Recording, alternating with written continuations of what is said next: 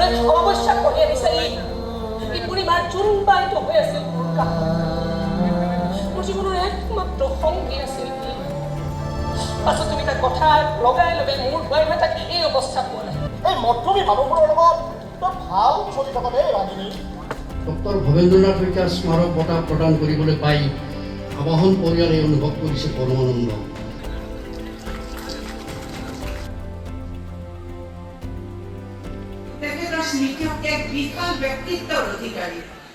মোৰ কাৰণে সৌভাগ্য, কাৰণ ডক্টৰ ভৱেন্দ্ৰনাথ শইকীয়া ছাৰ মোৰ কাৰণে কি মই হয়তো এইটো ভাষাৰে ক'ব নোৱাৰিম। আৰু হয়তো ছাৰৰ লগত আটাইতকৈ বেছি কাম কৰা অভিনেত্ৰী ময়েই। অকল ছবি হওক, নাটক হওক, চিৰিয়েল হওক বা পিছতো ছাৰৰ লগত মই কলাক্ষেত্ৰ সমাজৰ লগত ছাৰৰ লগত বহুত কাম কৰিছোঁ। গতিকে মানে বেছি হয়তো আৱেগিক হৈ গৈছোঁ। আৰু মোৰ কাৰণে বহুত ডাঙৰ কথা এইটো যে ডক্টৰ ভৱেন্দ্ৰনাথ শইকীয়া ছাৰৰ নামৰ বঁটাটো আজি মোক আবাহন থিয়েটাৰ গোষ্ঠীয়ে প্ৰদান কৰিব। সেইটো মোৰ কাৰণে খুব ভাল লগা কথা।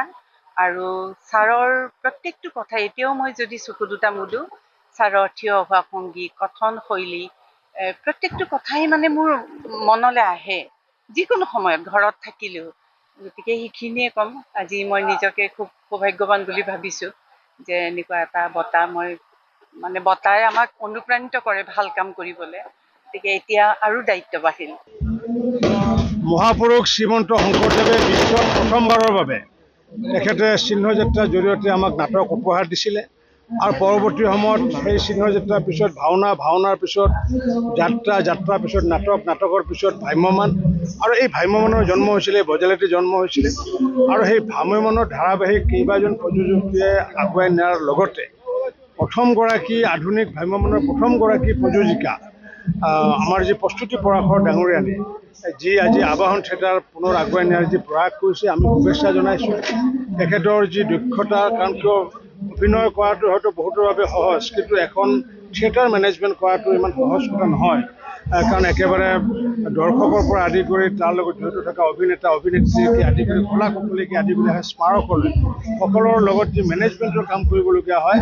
গতিকে মই ভাবোঁ প্ৰযোজক হিচাপে অসমৰ প্ৰথমগৰাকী আধুনিক যি ভ্ৰাম্যমাণৰ প্ৰথমগৰাকী প্ৰযোজিকা হিচাপে যি প্ৰস্তুতি পৰাশৰে যি সাহস দেখাইছে, সেই সাহসক আমি বহুত প্ৰশংসা কৰিছোঁ। মই অসমৰ ৰাইজৰ লগতে সমূহ ৰাইজকে মই আহ্বান জনাইছোঁ যে আবাহন থিয়েটাৰৰ লগতে ভ্ৰাম্যমাণ থিয়েটাৰক যাতে অসমীয়া ৰাইজে যাতে আঁকোৱালি লয়। কাৰণ অসমীয়া জাতীয় জীৱনৰ সংস্কৃতিৰ লগত ভ্ৰাম্যমাণ থিয়েটাৰ এটা অনবদ্য অংগ বুলি আমি সকলোৱে জানো। ভ্ৰাম্যমাণ থিয়েটাৰ জীয়াই থাকিবলগীয়া হ'লে অসমীয়া ৰাইজৰ সহায় লাগিব। প্ৰতিগৰাকী অসমীয়া ৰাইজে যাতে ভ্ৰাম্যমাণ থিয়েটাৰ চায়, তাকে আমি আহ্বান জনাইছোঁ।